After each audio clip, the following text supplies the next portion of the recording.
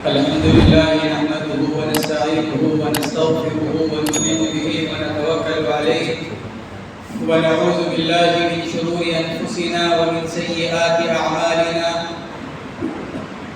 من يهده الله فلا مضل له ومن يضلله فلا هادي له وأشهد أن لا إله إلا الله وحده لا شريك له وأشهد أن سيدنا ونبينا ومولانا محمدا عبده ورسوله صلى الله تعالى عليه وعلى آله وأصحابه وأزواجه وبارك وسلم تسليما كثيرا كثيرا. أما بعد فأعوذ بالله من الشيطان الرجيم. بسم الله الرحمن الرحيم. إنما الحياة الدنيا لعب ولهو وزينة وتفاخر بينكم وتكاثر في الأموال والأولاد. صدق الله العظيم.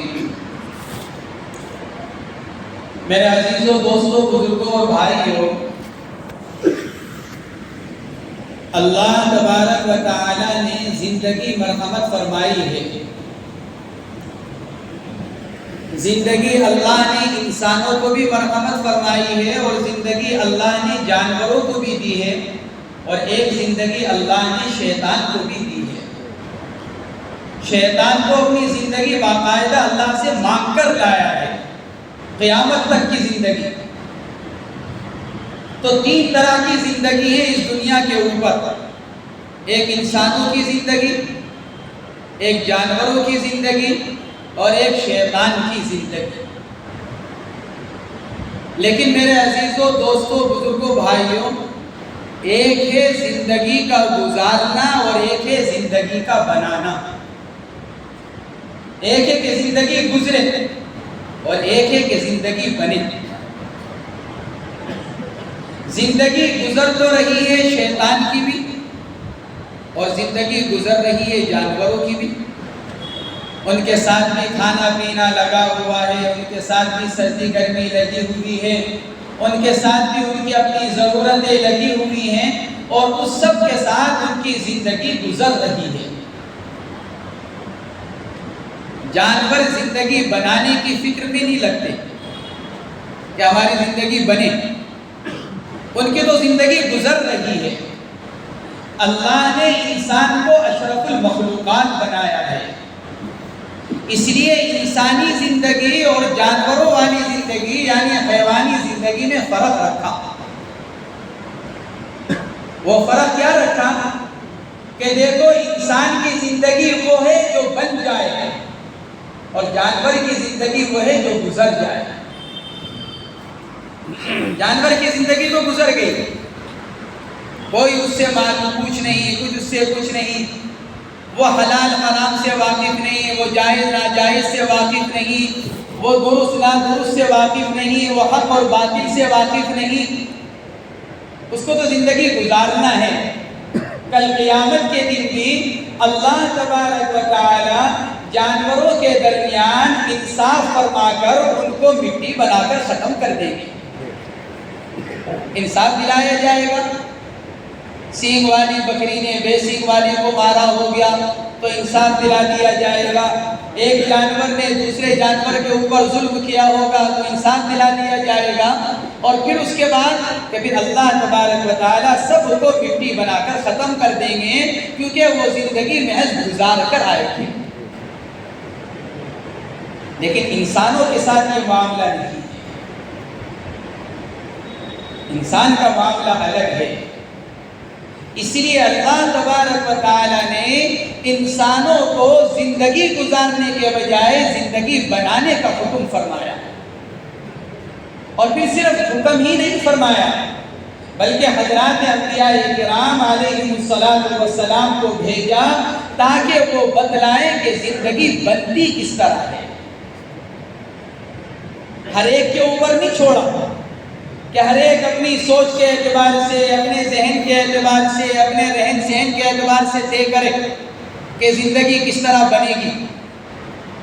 انسانوں پر نہیں چھوڑا، ہمارے اور آپ کے اوپر، بلکہ اللہ نے خود بتلایا کہ زندگی کہیں سے بنے گی اور زندگی کس طرح بگڑے گی. پھر اس کے عملی نمونے کے لیے حضرات انبیاء کرام کو بھیجا کہ جاؤ اور جا کر میرے بندوں کو بتلاؤ، ان کو سکھلاؤ، ان کی رہبری اور رہنمائی کرو کہ زندگی اس طرح بنے گی اور زندگی اس طرح گزر جائے گی۔ چنانچہ حضرات انبیاء کرام علیہ السلام تشریف لائے، اپنے اپنے زمانے میں اپنی اپنی قوموں کی رہبری کی، رہنمائی کی، اور ان کو بتلایا کہ دیکھو زندگی بنانے کا راستہ یہ ہے، جانوروں کی طرح زندگی گزارنا نہیں ہے، زندگی بنانا ہے۔ سب سے آخر میں جناب محمد رسول اللہ صلی اللہ تعالی علیہ وسلم تشریف لائے اور پھر آپ کی زندگی کو ہمارے اور آپ کے لیے نمونہ بنایا گیا، کیونکہ نبی نے زندگی کو بنا کر گزارا۔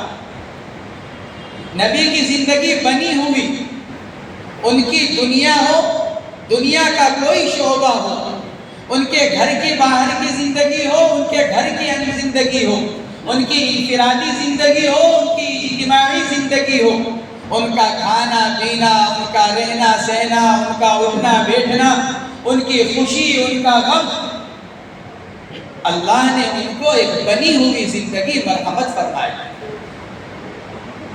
اور کوئی شعبہ ایسا نہیں چھوڑا جس میں ہمارے نبی جناب محمد رسول اللہ صلی اللہ علیہ وسلم نے ہمیں بننے کا طریقہ نہ بتلایا کہ دیکھو خوشی آئے تو یہ، غمی آئے تو یہ، انفرادی معاملہ ہو تو یہ، اور اجتماعی معاملہ ہو تو یہ۔ گھر کے اندر کی زندگی ایسے اور گھر سے باہر کی زندگی یہ۔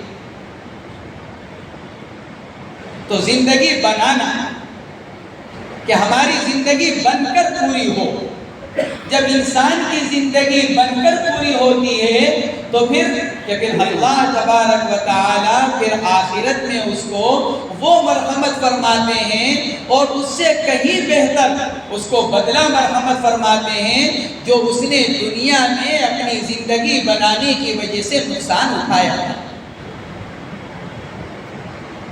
اس لیے کہ جب انسان اپنی زندگی بنانے پر آتا ہے تو پھر زندگی بنانے کے لیے اس کو قربانی دینی پڑتی ہے۔ زندگی قربانی چاہتی ہے، بغیر قربانی کے زندگی نہیں بنتی۔ اگر کوئی یہ سوچے کہ میری زندگی بن جائے اور میں اللہ کو راضی کر لوں، میری آخرت سنور جائے، میں جنت میں پہنچ جاؤں اور جہنم سے بچ جاؤں، اور یہ سارے کام بغیر قربانی دیے ہو جائیں، من چاہی زندگی پر ہو جائے، تو اس سے بڑا بھولا اور اس سے بڑا بے وقوف کوئی نہیں۔ زندگی کا بننا قربانی کو چاہتا ہے، زندگی کا بننا قربانی کا مطالبہ کرتا ہے۔ جناب رسول اللہ صلی اللہ علیہ وسلم نے جب حضرات صحابہ کرام کے اوپر محنت فرمائی اور ان کو زندگی بنانے کا طریقہ بتلایا تو صحابہ کرام پہلے دن سے قربانیوں کے اوپر آئے، جسمانی قربانی بھی، مالی قربانی بھی، خواہشات کی قربانی بھی، اور روحانی قربانی بھی، جسمانی بھی، روحانی بھی، مالی بھی اور خواہشات کی بھی۔ جب ان چاروں قربانیوں کو صحابہ کرام نے پورا کیا تو پھر اللہ تبارک و تعالیٰ کی طرف سے ان کے لیے دنیا میں بھی وعدے فرمائے گئے اور آخرت میں بھی ان کے لیے وعدے فرمائے گئے، کیونکہ انہوں نے اپنی زندگی کو بنا لیا۔ جب تک انسان کی زندگی نہیں بنے گی، صرف گزرے گی، اللہ کا زندگی گزارنے پر کوئی وعدہ نہیں ہے۔ میں زندگی گزارنے پر کوئی وعدہ نہیں کہ زندگی گزارو گے تو وعدہ کہ نہیں، محض زندگی گزارنے پر تو وعیدیں ہیں، وعیدیں۔ اگر محض زندگی گزار کر آ جاؤ گے ہماری ناراضگی پر تو پھر دیکھو یہاں ایسے ایسے عذاب تیار کیے ہوئے ہیں، یہاں ایسی ایسی سزائیں تیار کی ہوئی ہیں، یہاں ایسی ایسی بلائیں تیار کی ہوئی ہیں جس کو نہ کسی نے دیکھا ہے نہ کسی نے سنا ہے۔ زندگی گزارنے پر اور زندگی بنانے پر کہ پھر زندگی بنانے پر کہ پھر اس پر اللہ کے وعدے، کیا وعدے؟ حضور پاک علیہ السلام نے مختصر سے جملے میں اللہ تبارک و تعالیٰ کے وعدے کو اس طرح بیان فرمایا کہ جنت میں اللہ نے پھر وہ نعمتیں تیار کی ہیں زندگی بنانے والوں کے لیے کہ کسی آنکھ نے دیکھا نہیں، کسی کان نے سنا نہیں، اور کسی انسان کے دل میں ان کا خیال نہیں گزرا۔ یہ کب ہے؟ جب انسان اپنی زندگی بنا کر جائے، اور کس طرح بنا کر جائے؟ اس طریقے پر جو طریقہ جناب محمد الرسول اللہ صلی اللہ تعالی علیہ وسلم نے ہمیں اور آپ کو تعلیم فرمایا، ہمارے اور آپ کے لیے بتلا کر گئے، جس پر صحابہ کرام نے چل کر ہمیں نمونہ دکھلایا کہ دیکھو زندگی بنانے کے لیے زندگی کا یہ طریقہ ہے۔ قربانی اس طریقے پر، جب جسم کی قربانی چاہیے ہو تو جسمانی قربانی، جب مال کی قربانی کا مطالبہ ہو تو مال کی قربانی، جب خواہشات کی قربانی کا مطالبہ ہو تو پھر کہ خواہشات کی قربانی۔ حضرات صحابہ کرام کے واقعات ہم روزانہ تعلیم ہمارے ہاں ہوتی ہے، حکایات صحابہ پڑھتے ہیں، فضائل اعمال پڑھتے ہیں، حیات الصحابہ پڑھی جاتی ہے، کہ کس کے لیے؟ صحابہ کرام کی قربانی کے واقعات کو جاننے کے لیے۔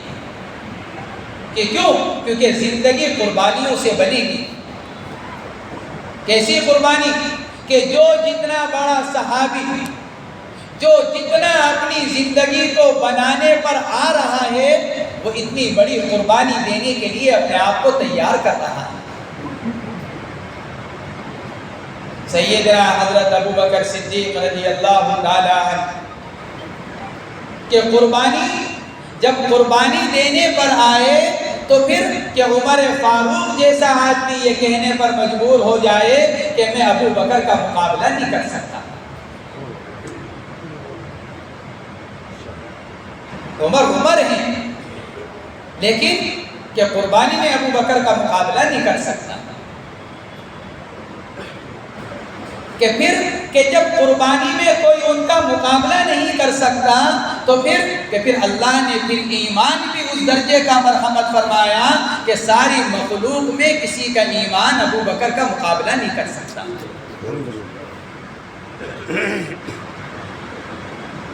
کیونکہ اس کا تعلق قربانی سے، جتنی بڑی قربانی اتنا مضبوط ایمان، جتنی زیادہ قربانی اتنا اللہ کا قرب۔ اور پھر ظاہر میں آدمی قربانی دیتا ہوا نظر آ رہا ہے لیکن حقیقت میں اپنی دنیا بھی بنا رہا ہے، اپنی آخرت بھی بنا رہا ہے۔ آپ نے دیکھا ہوگا آدمی جسم میں پھوڑا ہو گیا، پھنسی نکل آئی، کوئی تکلیف پیدا ہو گئی، ڈاکٹر کے پاس گئے ہیں اور ڈاکٹر نے آپریشن تجویز کیا کہ آپریشن کرنا پڑے گا۔ اب ظاہر میں کیا ہو رہا ہے کہ ظاہر میں تکلیف پہنچائی جا رہی ہے، جسم کاٹا جا رہا ہے، ٹانکے لگائے جا رہے ہیں، لیکن حقیقت میں کیا ہو رہا ہے کہ اس آدمی کو صحت پہنچائی جا رہی ہے۔ آنکھ کا ظاہر کچھ دیکھ رہا ہے لیکن حقیقت کچھ اور ہے۔ انسان ظاہر میں اپنی جان اور مال کی قربانی دے رہا ہے لیکن حقیقت میں اللہ کے قریب جا رہا ہے، حقیقت میں اپنی زندگی بنا رہا ہے، حقیقت میں اپنے اللہ کو راضی کر رہا ہے۔ حضرت ابو بکر صدیق رضی اللہ تعالیٰ عنہ قربانی دے رہے ہیں، جسمانی قربانی کا موقع آیا تو جسمانی قربانی دے رہے ہیں، مالی قربانی کا موقع آیا تو مالی قربانی دے رہے ہیں، خواہشات کی قربانی کا موقع آیا تو خواہشات کی قربانی دے رہے ہیں۔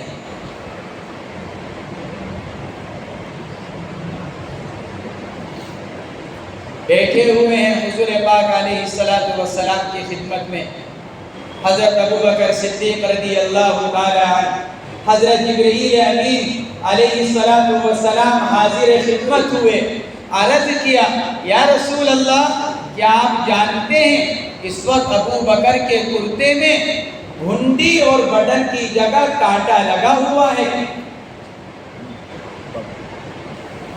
مال والے ہیں، اچھے سے اچھا کرتا خرید سکتے ہیں، اچھے سے اچھا لباس پہن سکتے ہیں، لیکن زندگی گزار نہیں رہے ہیں بلکہ زندگی کو بنا رہے ہیں۔ اور زندگی کب بنے گی؟ جب مال کو اللہ کے رضا پر خرچ کیا جائے گا، جب مال کو اپنی خواہشات پر خرچ کیا جائے گا تو زندگی گزرے گی، اور جب مال کو اللہ کے راستے پر لگایا جائے گا تو زندگی بنے گی۔ عرض کیا کہ ان کے کرتے میں کانٹا لگا ہوا ہے تاکہ گریبان کھلا نہ رہے۔ اللہ کے نبی ذرا ابوبکر سے پوچھئے تو اللہ معلوم فرما رہے ہیں ابوبکر اس فقر و فاقے میں ہمارے سے خوش ہو یا ناخوش؟ یہ پوچھوا رہے ہیں، کون پوچھوا رہے ہیں؟ خالق کائنات، مالک ارض و سماوات، وہ پوچھوا رہے ہیں کہ پوچھو ذرا ان سے ہم سے خوش ہیں یا ناخوش؟ ہمارے سے کوئی معلوم کرنے لگے ہماری زندگی کے بارے میں تو 100 شکوے شکایتیں شروع ہو جائیں، 100 شکایتیں ایک منٹ میں زبان کے اوپر، یہ پریشانی، یہ پریشانی، یہ پریشانی، یہ مصیبت، یہ مصیبت، یہ خرابی، کہ کیوں؟ کیونکہ ہم بھی زندگی گزار رہے ہیں، ہماری زندگی گزر رہی ہے، لہذا زندگی گزرنے میں جو حالات آتے ہیں پھر وہ ہم کو پریشان کر دیتے ہیں، لیکن جب آدمی زندگی بناتا ہے تو حالات جب آتے ہیں تو وہ آدمی کو پریشان نہیں کرتے اور آدمی کو مایوس نہیں کرتے، بلکہ وہ اس کو اللہ سے اور قریب کرتے ہیں۔ اس لیے کیا جواب دیا حضرت ابوبکر صدیق رضی اللہ تعالی عنہ نے؟ جب حضور پاک علیہ السلام نے پوچھا تو جواب میں عرض کیا کہ اللہ کے نبی، میں اپنے اللہ سے بہت خوش ہوں، میں اپنے اللہ سے بہت راضی ہوں، میں اپنے اللہ سے بہت راضی ہوں۔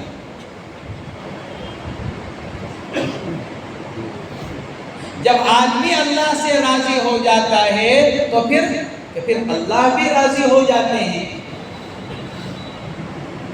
حدیث پاک کے اندر فرمایا گیا من رضی من اللہ بالیسیر من الرزق، جب آدمی تھوڑی روزی پر، تھوڑی دنیا پر، تھوڑے مال پر جب وہ اللہ سے راضی ہو جاتا ہے تو پھر اللہ بھی اس کے تھوڑے عمل پر راضی ہو جاتا ہے۔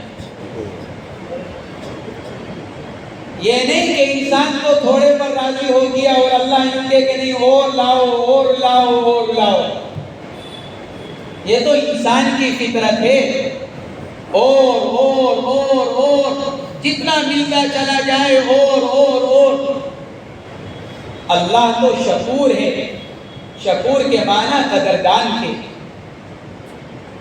اللہ تو تھوڑے پر راضی ہو جاتے ہیں۔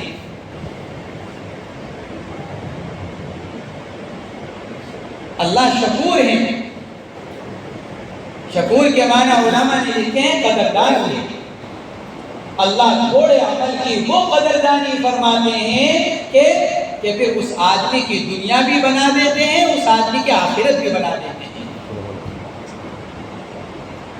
تو صحابہ کرام نے اپنی زندگی کو بنایا قربانیوں کے ذریعے سے، کیونکہ زندگی قربانی سے بنتی ہے، زندگی خواہشات کے پورا کرنے سے نہیں بنتی۔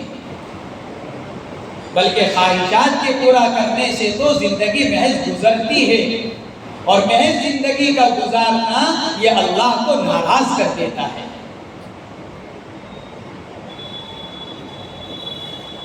نبی کے رشتے دار ہیں، نبی کے چچا ہیں، نبی کے پڑوسی ہیں، لیکن محض زندگی کو گزارنے والے،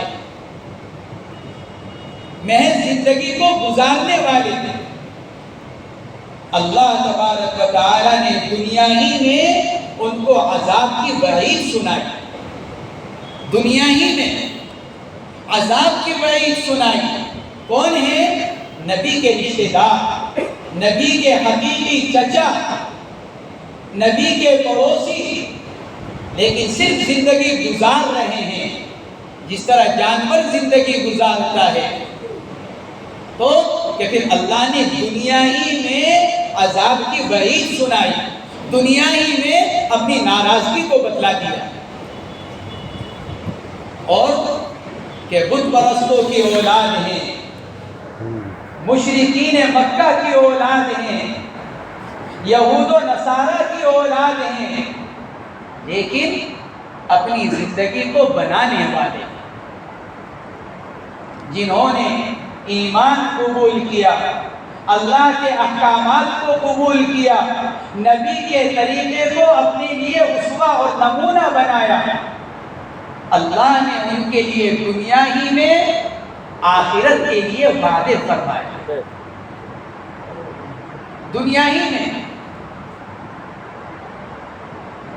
اس لیے میرے عزیزوں، دوستوں، بزرگوں، بھائیوں، ہم محض زندگی کو گزارنے والے نہ بنیں کہ زندگی شروع ہو گئی، زندگی پوری ہو جائے گی۔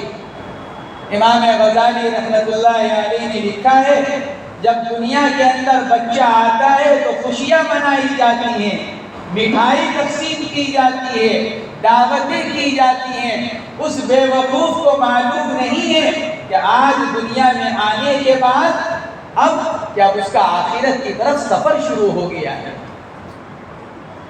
جب تک نہیں آیا تھا کچھ نہیں تھا، جب تک دنیا میں نہیں آیا کچھ نہیں، لیکن جب دنیا میں آیا تو اب آخرت کی طرف، ہر سانس اس کو آخرت کی طرف لے جا رہا ہے، ہر منٹ اس کو آخرت کے قریب کر رہا ہے، ہر گزرتا سال اس کی عمر میں سے کم کر رہا ہے، اور یہاں خوشیاں منائی جا رہی ہیں کہ بچہ 2 سال کا ہو گیا، بچہ 5 سال کا ہو گیا، 10 سال کا ہو گیا، 15 سال کا ہو گیا، حالانکہ وہ تو اپنی موت کی طرف بڑھ رہا ہے۔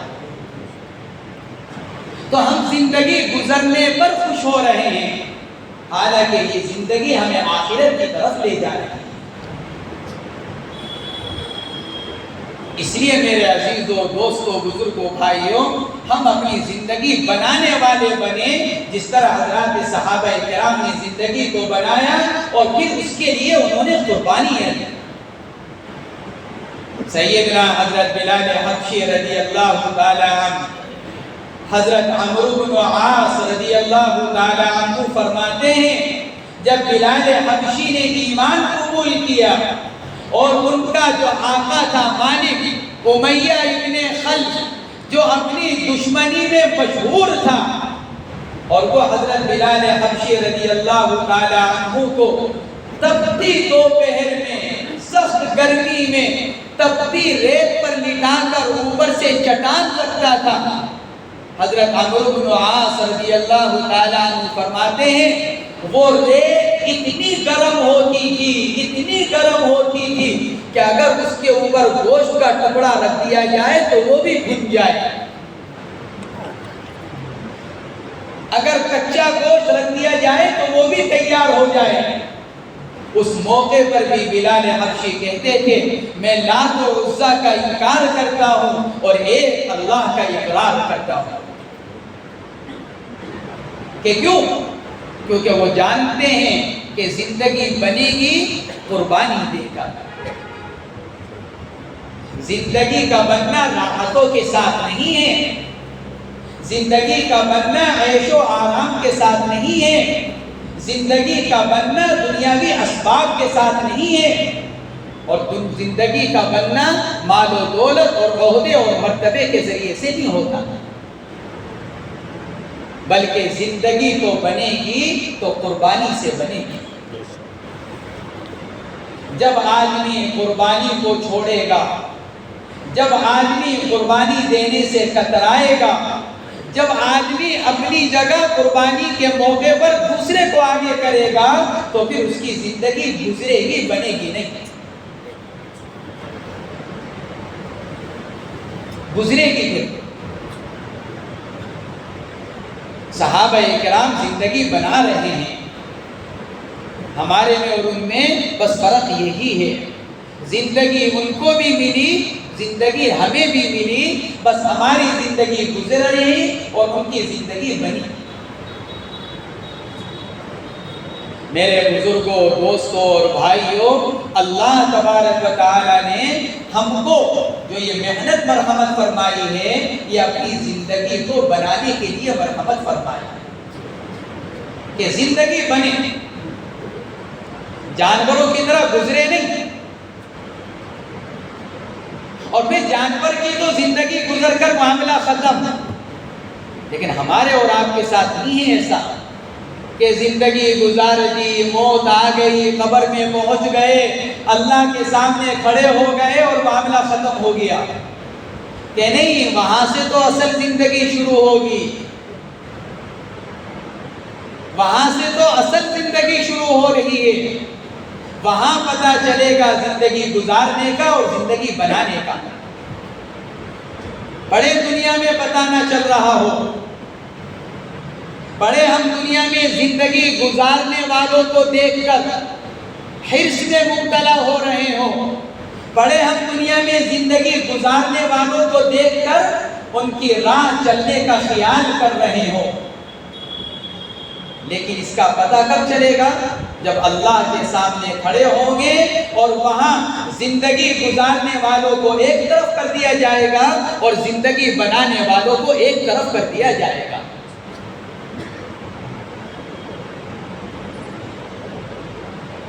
تو صحابہ کرام نے زندگیاں بنانے کے لیے قربانی کی۔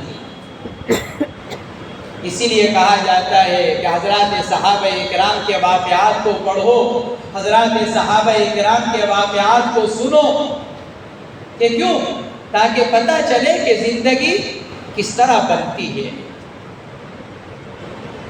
حضرت ابو سلمہ رضی اللہ تعالی عنہ جب ایمان لے کر آئے، اپنے بیوی اور چھوٹے بچے کو لے کر مکہ مکرمہ سے مدینہ منورہ کی طرف ہجرت کی، ایک سواری، ایک اونٹ، اس پر اپنی بیوی کو اور بچے کو بٹھایا گود کا، اور ابو سلمہ پیدل چل رہے ہیں۔ تھوڑی ہی دور چلے ہیں کہ بیوی کے گھر والے پہنچ گئے۔ کہاں جا رہے ہو ہماری بچی کو لے کر؟ کہ مدینے جا رہا ہوں، ایمان قبول کر لیا، انہوں نے بھی ایمان قبول کر لیا، تمہیں اپنی زندگی کا اختیار ہے، ہم اپنی بیٹی کو نہیں لے جانے دیں گے، ہماری بیٹی کو ہمارے حوالے کرو۔ یہ کہہ کر بیوی کے گھر والوں نے بیوی کو چھین لیا۔ تھوڑی ہی دیر گزری تھی کہ ابو سلمہ کے گھر والے بھی پہنچ گئے، خاندان والے، اور ابو سلمہ کی ماں بیوی کی گود سے اس دودھ پیتے بچے کو چھین لیا، اور حضرت ابو سلمہ سے کیا کہا؟ یہ بچہ ہمارا ہے، نہ ابو سلمہ کا نہ اس کی بیوی کا، بچہ ہمارا ہے، بچہ ہمارے پاس رہے گا۔ لکھا ہے اس چھینا جھپٹی میں اس دودھ پیتے بچے کا جو ہاتھ اترا، موت تک اس کا وہ ہاتھ ٹھیک نہیں ہو سکا، موت تک اس کا وہ ہاتھ ٹھیک نہیں ہو سکا۔ ابو سلمہ اب اکیلے جا رہے ہیں مکہ مکرمہ سے مدینہ منورہ، نہ بیوی ساتھ ہے نہ بچہ ساتھ ہے۔ یہ قربانیاں دی ہیں حضرات صحابہ کرام نے۔ اگر چاہتے ابو سلمہ وہیں رک جاتے، کہیں کے لیے؟ زندگی گزارنے کے لیے، زندگی گزرتی اور مزے میں گزرتی، بیوی بچے کے ساتھ گزرتی، لیکن ابو سلمہ جانتے تھے کہ ہم زندگی گزارنے کے لیے نہیں آئے بلکہ زندگی بنانے کے لیے آئے ہیں، اور زندگی بنانے کے لیے قربانی دینی پڑے گی۔ میرے بزرگوں، دوستوں اور بھائیوں، حضرات صحابہ کرام کے واقعات کو پڑھو، اس میں یہ اس سوال کا جواب ہے کہ آج کے زمانے میں کس طرح زندگی گزرے گی دین پر چل کر، کس طرح قربانیاں دی جا سکتی ہیں موجودہ حالات میں اور ماحول میں، کہاں تک قربانی دے سکتے ہیں، جان کی قربانی، مال کی قربانی، خواہشات کی قربانی، کیسے قربانی دی جائے؟ کہ اس طرح دی جائے جس طرح صحابہ نے دے کر دکھلایا۔ انہوں نے جسمانی بھی قربانی دی، انہوں نے مالی بھی قربانی دی، انہوں نے جانی قربانی دی، انہوں نے خواہشات کی قربانی دی۔ ہمارا یہ کام قربانی چاہتا ہے، جان، مال، خواہشات۔ جب تک ہم قربانیوں پر نہیں آئیں گے، اور قربانی کا کیا مطلب ہے؟ قربانی کا مطلب یہ نہیں ہے کہ آپ 12 مہینے کے لیے گھر چھوڑ کر نکل جائیں۔ قربانی کا مطلب یہ نہیں ہے کہ آپ اپنی تجارت، اپنی دکان کو چھوڑ کر مسجد میں جا کر پڑ جائیں۔ قربانی کا مطلب صرف یہ ہے جس وقت کا جو تقاضا ہمارے سامنے آ جائے ہم اس تقاضے کو 100% پورا کرنے والے بن جائیں، بس۔ یعنی ہماری زندگی تقاضوں پر آ جائے۔ اگر جان کا تقاضا ہے تو جان حاضر، مال کا تقاضا ہے تو مال حاضر، وقت کا تقاضا ہے تو وقت حاضر، اور خواہشات کی قربانی کا تقاضا ہے تو خواہشات قربان۔ ہم صرف اپنے تقاضوں کو قربان کر کر اگر ہم دین کے تقاضوں کو پورا کرنے پر آ جائیں تو میرے عزیزوں، دوستوں، بزرگوں، بھائیوں، ہماری زندگی اس طرح بن جائے جس طرح اللہ تبارک و تعالیٰ نے صحابہ کرام کی زندگی کو بنایا۔ اور جب ان کی زندگی بن گئی تو پھر کیا ہمارے سے زیادہ اللہ نے ان کو دنیا میں نوازا۔ زندگی بننے پر، جب زندگی بن گئی تو پھر اللہ نے ان کو نوازا، اللہ نے ان کی دنیا کو بھی بنایا، اللہ نے ان کی آخرت کو بھی بنایا۔ ہم تو زندگی گزارنے میں ایسے مشغول ہو گئے، زندگی گزارنے میں ایسے لگ گئے کہ ہماری دنیا بھی برباد، ہماری آخرت بھی برباد۔ قرآن دنیا کی زندگی کو کھیل تماشا قرار دیتا ہے۔ انما الحیات الدنیا لعب و لہو، دنیا کی زندگی تو ایک کھیل تماشا ہے، جو اس کھیل تماشے میں الجھ گیا اس کی زندگی گزر گئی، اور جس نے اپنے آپ کو اس کھیل تماشے سے الگ کر دیا اس کی زندگی بن گئی۔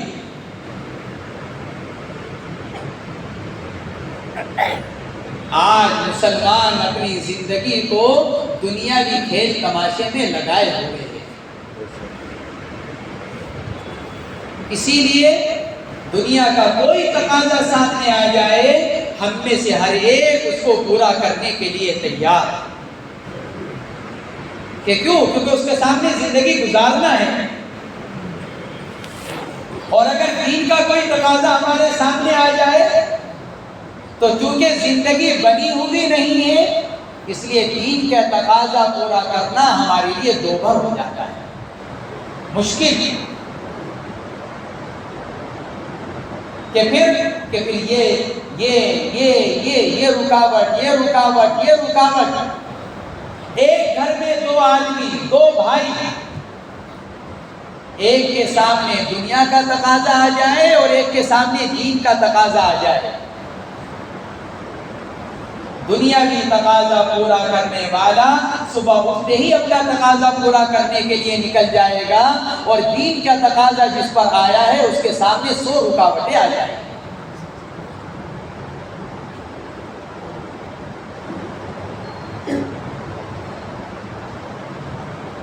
میرے بزرگوں، دوستوں اور بھائیوں، بس بات یہ عرض کرنی ہے، اللہ نے جو زندگی دی ہے وہ جانوروں کی طرح اور شیطان کی طرح گزارنے کے لیے نہیں دی، بلکہ حضرات انبیاء کرام اور حضرات صحابہ کرام کی طرح بنانے کے لیے دی۔ اور وہ زندگی بنے گی کس طرح؟ قربانیوں کے ذریعے سے۔ ہم جتنا اپنے آپ کو قربانیوں پر لے کر آئیں گے، جتنا ہم اپنے آپ کو تقاضوں کے پورا کرنے پر لے کر آئیں گے کہ دین کا تقاضا، دین کے تقاضے پر، دین کے تقاضے کو دنیا کے تقاضے پر مقدم، دنیا کا تقاضا آ گیا کہ دنیا کا تقاضا بھی پورا کریں گے، لیکن سلوٹوں میں، فارغ وقتوں میں۔ کون سا فارغ وقت؟ کہ جو دین کے تقاضوں کو پورا کرنے کے بعد جو وقت بچے گا، ہم اس وقت میں اپنے دنیا کے تقاضوں کو پورا کریں گے۔ جب آدمی اس ترتیب پر آئے گا تو پھر اس کے لیے دین پر چلنا خود بخود آسان ہوتا چلا جائے گا، اور اس کی زندگی حضرات صحابہ کرام کی زندگی کے نمونے پر آتی چلی جائے گی۔ ہماری زندگی کے اندر تبدیلی کیوں نہیں آ رہی ہے؟ ہمارے لیے دین پر چلنا کیوں مشکل بن جاتا ہے؟ ہمارے لیے دین کے تقاضوں کو پورا کرنا کیوں دوبر ہو جاتا ہے؟ کیونکہ ہم اصل وقت میں دنیا کے تقاضوں کو پورا کرنا چاہتے ہیں، اور یہ سوچتے ہیں کہ دنیا کے تقاضوں کو پورا کرنے کے بعد جو وقت بچے گا اس میں دین کے تقاضوں کو پورا کریں گے۔ تو دنیا تو آدمی کو اپنے ساتھ ایسا مشغول کر دیتی ہے کہ پھر انسان کسی کام کا نہیں رہتا۔ دنیا تو ایسی ہے، وزینۃ و تفاخر، دنیا تو ایسی خوبصورت، ایسی الجھانے والی، ایسی مائل کرنے والی بنائی ہے اللہ نے کہ جب آدمی اس کی طرف نظر کر لیتا ہے تو پھر دنیا اپنے آپ سے نظر ہٹانے نہیں دیتی۔ جس آدمی کی نظر ایک مرتبہ دنیا کے اوپر پڑ گئی، جس آدمی کی نظر ایک مرتبہ دنیا میں الجھ کر رہ گئی، پھر اس کی نظر اس پر سے ہٹ نہیں پاتی۔ اس لیے میرے بزرگوں، دوستوں اور بھائیوں، اپنی زندگی کو بنانے کے لیے، قربانی دینے کے لیے اپنے آپ کو تیار کرو، اپنے آپ کو قربانی پر لے کر آؤ۔ ہمارے بزرگ یہ فرماتے ہیں کہ جب ہمارا یہ عملہ، ہمارا کام کرنے والا طبقہ جس دن قربانیوں پر آ جائے گا، جس دن اس ترتیب پر آ جائے گا جو ترتیب جناب رسول اللہ صلی اللہ علیہ وسلم نے صحابہ کرام کے سامنے رکھی تھی، اور صحابہ کرام نے اس ترتیب کو اختیار کیا تھا، تو پھر یہ امت ایمان کے اعتبار سے اسی سطح پر پہنچ جائے گی جس سطح پر جناب رسول اللہ صلی اللہ علیہ وسلم اس امت کو چھوڑ کر گئے تھے۔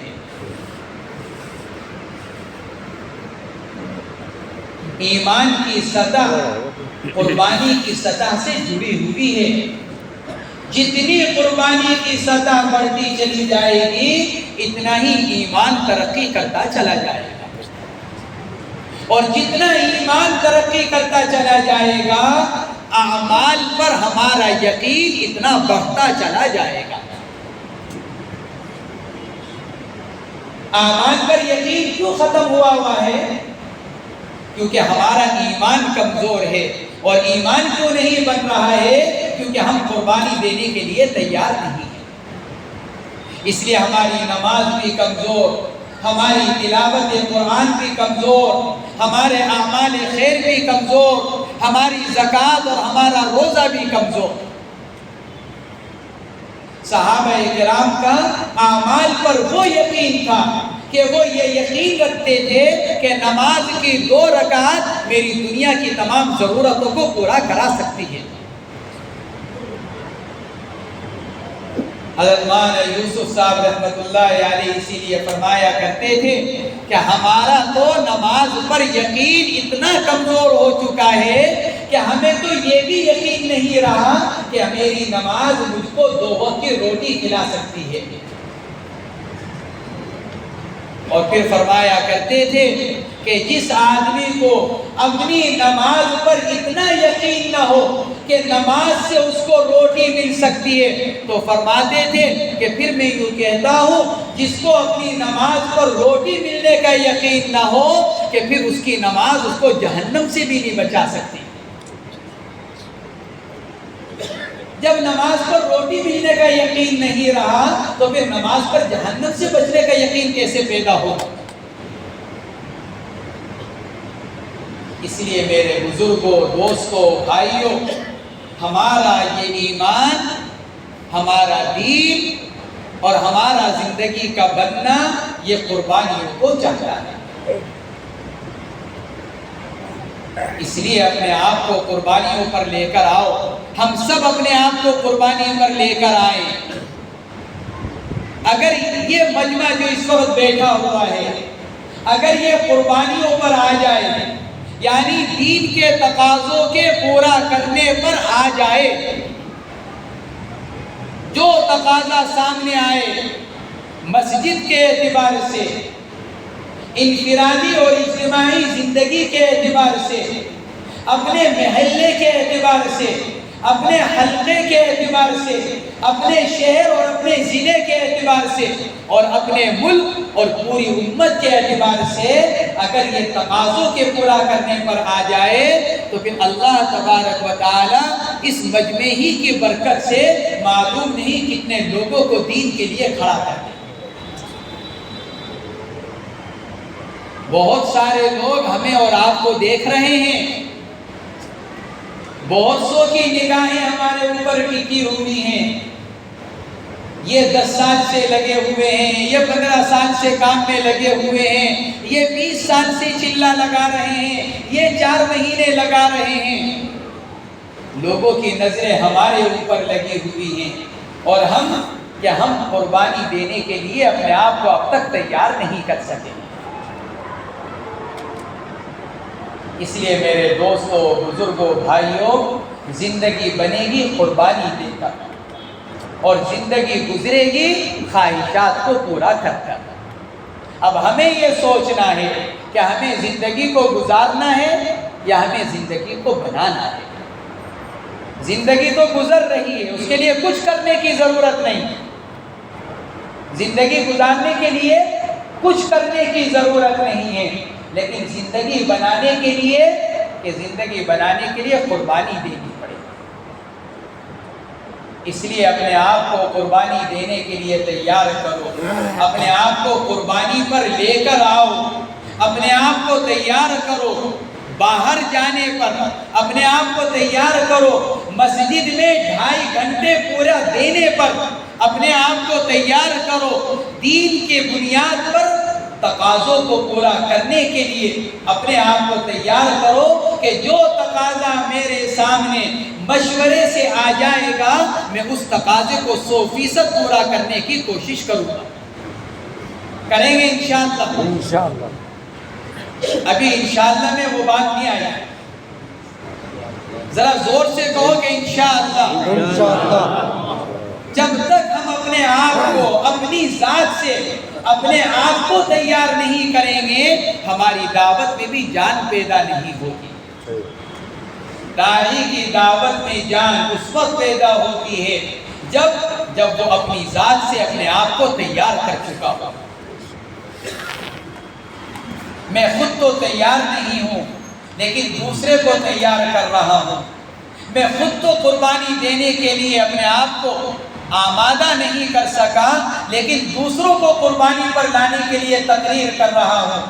دوسروں کو قربانی پر لانے کے لیے محنت کر رہا ہوں تو میری دعوت میں وہ طاقت اور تاثیر پیدا نہیں ہو سکتی جب تک کہ میں خود اپنے آپ کو دعوت کے تقاضوں کے پورا کرنے پر اپنے آپ کو تیار نہیں کر دوں گا۔ آج ہماری ساری بات، آج ہماری ساری دعوت زبان پر ہے، ہمارے جسم کے اوپر نہیں ہے۔ جس دن ہم دعوت کے تقاضوں کو اپنے جسم کے اوپر لے کر آ جائیں گے، جس دن ہم اپنے دعوت کے تقاضوں کو اپنے اوپر لے کر آ جائیں گے، میرے بزرگوں، دوستوں اور بھائیوں، ہمارا حلقہ، ہماری مسجد، ہمارا شہر، ہمارا ضلع وہ ہمیں ہی دیکھ کر خود بخود دعوت کے تقاضوں کے پورا کرنے پر آ جائے گا۔ اس لیے میرے بزرگوں، دوستوں اور بھائیوں، بس عرض یہ کرنا ہے، اس وقت جو کمی ہے وہ کہیں کی ہے؟ قربانی، جان کی قربانی، مال کی قربانی، خواہشات کی قربانی، وقت کی قربانی۔ بس ہم تو قربانیوں پر آ جائیں۔ ہمارے سامنے بڑے بڑے تقاضے ہیں، شہر کے اعتبار سے، ضلع کے اعتبار سے کتنے تقاضے ہمارے سامنے آتے ہیں، لیکن ہماری کم ہمتی اور ہماری کمزوری کی وجہ سے وہ سارے کے سارے تقاضے ایسے کے ایسے ہی رہ جاتے ہیں۔ اس لیے ہمت کرو، ارادہ کرو، کوشش کرو کہ میں اپنی ذات سے انشاءاللہ ہر تقاضے کو پورا کرنے کے لیے تیار ہوں۔ تقاضا مقام کا ہو، تقاضا خروج کا ہو، تقاضا مسجد کا ہو، تقاضا محلے کا یا ضلع کا ہو، تقاضا ملک کا یا بیرون ملک کا ہو، میں انشاءاللہ ہر تقاضا پورا کرنے کے لیے تیار ہوں۔ اس لیے میرے بزرگوں، دوستوں اور بھائیوں، بس بات یہ عرض کرنی ہے کہ تقاضے جو ہمارے سامنے آ رہے ہیں، روزانہ مسجد کے اعتبار سے تقاضے، ہم مشورے کے لیے بیٹھتے ہیں تو 10 تقاضے ہمارے سامنے، لیکن پورے ہو رہے ہیں 2، پورے ہو رہے ہیں 3، پورے ہو رہے ہیں 4۔ کہ کیوں؟ کیونکہ تقاضوں کو پورا کرنے کے لیے ہم اپنے آپ کو قربانی دینے کے لیے تیار نہیں کر سکتے۔ اس لیے اپنے آپ کو تیار کرو، کھڑے ہو کر ہمت کے ساتھ نام لکھواؤ، کہیں کے لیے تقاضوں کو پورا کرنے کے لیے، قربانی دینے کے لیے۔ جس طرح حضرات صحابہ کرام تقاضوں کو پورا کرنے کے لیے، قربانی دینے کے لیے ہر ایک تیار، وہاں جان کا معاملہ ہوتا تھا، صحابہ آپس میں لڑتے تھے، جانے کا وقت آ رہا ہے، گھر میں باپ اور بیٹے میں تکرار ہو رہی ہے، باپ کہہ رہا ہے میں جاؤں گا، بیٹا کہہ رہا ہے میں جاؤں گا۔ وہاں تو جانے پر تکرار اور یہاں نہ جانے پر تکرار، باپ کہہ رہا ہے تو چلا جا، بیٹا کہہ رہا ہے کہ نہیں آپ چلے جائیے۔ وہاں صحابہ کہ وہاں ہر ایک جانے پر تیار، دوسرے کو روک رہا ہے، تم رک جاؤ، تم گھر کی ضرورتوں کو پورا کرنا، میں چلا جاتا ہوں۔ جب ہم اس پر آ جائیں گے کہ میں تیار ہوں، تم رک جاؤ، تو پھر اللہ تبارک و تعالیٰ نے صحابہ کرام کے لیے جو وعدے کیے تھے، بقول حضرت مولانا محمد یوسف صاحب رحمۃ اللہ علیہ کے، اللہ نے جو وعدے قرآن پاک میں حضرات صحابہ کرام سے فرمائے ہیں، وہ وعدے اللہ کے قیامت تک کے لیے ہیں، قیامت تک کے لیے۔ اس لیے میرے بزرگوں، دوستوں اور بھائیوں، ہمت کر ارادہ کریں اور کھڑے ہو کر بتلائیں کہ انشاءاللہ میں اپنی ذات سے تیار ہوں۔ لکھواؤ کھڑے ہو کر نام کہ انشاءاللہ میں تیار ہوں، میرا نام لکھو، جو تقاضا جس وقت آئے گا میں حاضر ہوں، جس تقاضے پر بھیجیں گے انشاءاللہ میں اس تقاضے کو پورا کروں گا۔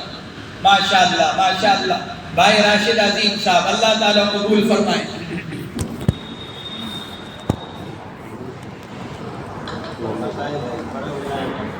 حلقہ 14 سعید مسجد سے ایک جماعت انشاءاللہ، اللہ آسان فرمائے.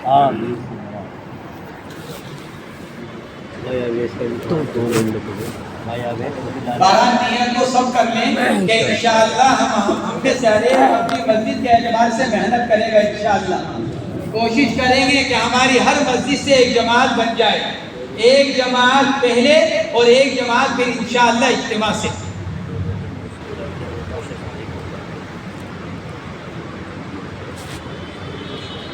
اچھا پھر ایک بات پر یہ سن لے بھائی، ایک اعلان کہ حلقوں میں جب ہمارے ساتھی بیٹھیں تو ہر حلقے سے دو دو تین تین ساتھی ذرا اپنے حلقوں سے جو ذمہ دار ہوں وہ ذرا حلقوں سے جلدی فارغ ہو کر پھر ذرا ادھر کو آ کر بیٹھ جائیں ادھر کونے میں. لیکن ذمہ دار ساتھی پہلے اپنے حلقے کی ضرورتوں کو پورا کر لیں، اس کا مشورہ کر لیں، اور پھر ہر حلقے سے دو تین ذمہ دار ساتھی ذرا جلدی آ کر ذرا ادھر بیٹھ جائیں. انشاءاللہ کچھ ذرا مشورہ کچھ مذاکرہ کرنا ہے. درود شریف پڑھیں. سبحانك اللهم وبحمدك نشهد ان لا اله الا انت نستغفرك ونتوب اليك.